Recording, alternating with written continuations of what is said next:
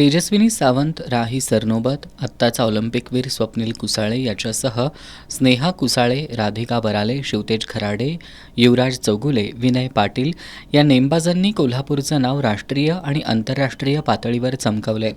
या सर्व खेळाडूंच्या यशामध्ये त्यांच्या मेहनतीबरोबरच त्यांना त्यांच्या प्रशिक्षक आणि कुटुंबियांनी केलेलं मार्गदर्शन महत्त्वाचं आहेच. पण कोल्हापुरात दुधाळी शूटिंग रेंजच्या माध्यमातून नेमबाजी हा खेळ रुजावा यासाठी योगदान दिलेले स्वर्गीय सखाराम बापू खराडे, स्वर्गीय जयसिंग कुसाळे यांनी दिलेलं योगदान खूप महत्त्वाचं आहे. दुधाळी शूटिंग रेंजनं अनेक आघाडीचे नेमबाज तयार केले आणि हेच नेमबाज नव्या दमाचे नेमबाज तयार करण्यासाठी झटतायत. आज स्वप्नीलनं ऑलिम्पिकमध्ये मिळवलेल्या यशामध्ये या योगदानाचा सुद्धा वाटा असल्याचं महाराष्ट्र रायफल असोसिएशनचे उपाध्यक्ष रमेश कुसाळे यांनी सांगितलं. स्वप्नील कुसाळे हा कोल्हापूरच्या मातीतला खेळाडू, यानं जे काय आज इतिहास घडवला त्याला जगात तोड नाही. कारण त्याच्यामुळं संपूर्ण जगामध्ये कोल्हापूरचं नाव प्रत्येक तोंडात झालेलं आहे आणि खरोखरच आता त्यानं ब्रॉन्झ घेतलेला आहे, पण पुढच्या वेळी तो नक्कीच गोल्ड घेणार. हे सगळे कोल्हापूरकरांची अपेक्षा आणि सगळ्यांचे आशीर्वाद त्या पाठीशी असणार आहेत.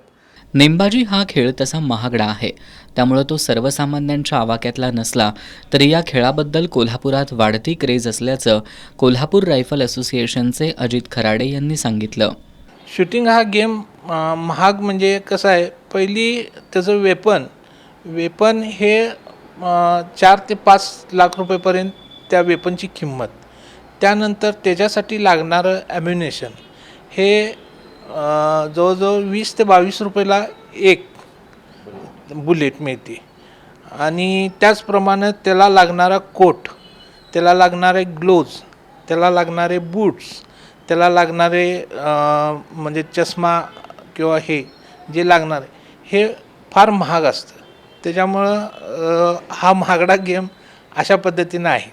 कोल्हापुरात आता प्रशिक्षणाचे जसं आता राधिका बराले, रोहित हवालदार, नंतर विनय पाटील, युवराज चौगुले, तेजस कुसाळे,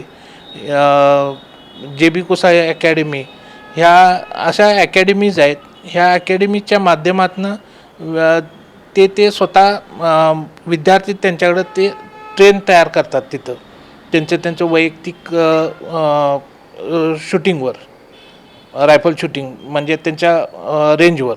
स्वर्गीय सखाराम बापू खराडे आणि स्वर्गीय जयसिंगराव कुसाळे यांनी तयार केलेली दुधाळी शूटिंग रेंज सध्या कोल्हापूर महानगरपालिकेच्या अखत्यारीत आहे. 3 वर्षांपूर्वी आमदार सतेज पाटील यांनी या रेंजच्या आधुनिकीकरणासाठी निधी दिला होता.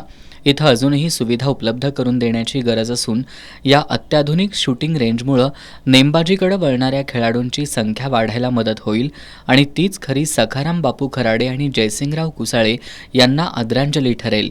एस न्यूजसाठी कॅमेरामॅन जितेंद्र शिंदेसह सुभाष गायकवाड.